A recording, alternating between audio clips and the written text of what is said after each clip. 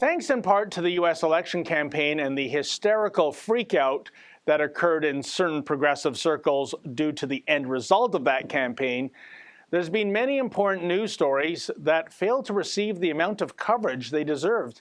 Surely one of those stories was an unbelievable crime against humanity that was allegedly carried out by ISIS in late October.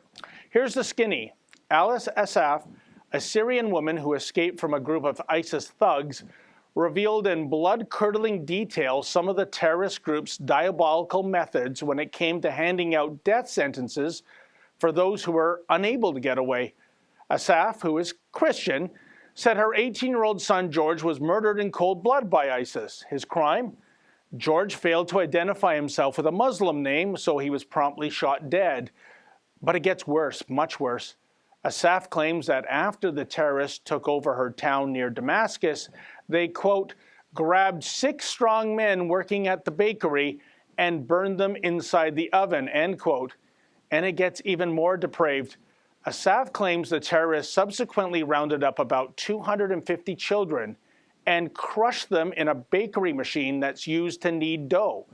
Now, even in this day and age in which so many horror movies come across as torture porn, the alleged real-life atrocities carried out by ISIS, such as incinerating and crushing people, is beyond the imagination. While Asaf's story did get some media coverage, in most cases it wasn't deemed front-page material, and there's been little by way of follow-up. This is a tragedy too, of course, given that it seems to suggest that we're becoming increasingly desensitized to such horrific stories. Part and parcel of the so-called new normal, I guess. Nevertheless, there's a profound and perverse irony at play when it comes to the tactics employed by ISIS and other radical Islamist terrorist groups such as Al-Qaeda and the Taliban.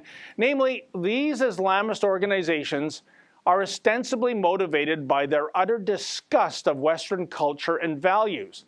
These groups want Western civilizations to be eradicated and replaced by an Islamist caliphate governed by soul-destroying Sharia law. And yet, how odd that these extremists are so completely beholden to the innovations and the technologies inherent to the West. While the likes of ISIS recruit members via social media campaigns, they rely on the internet, which is, of course, a Western invention.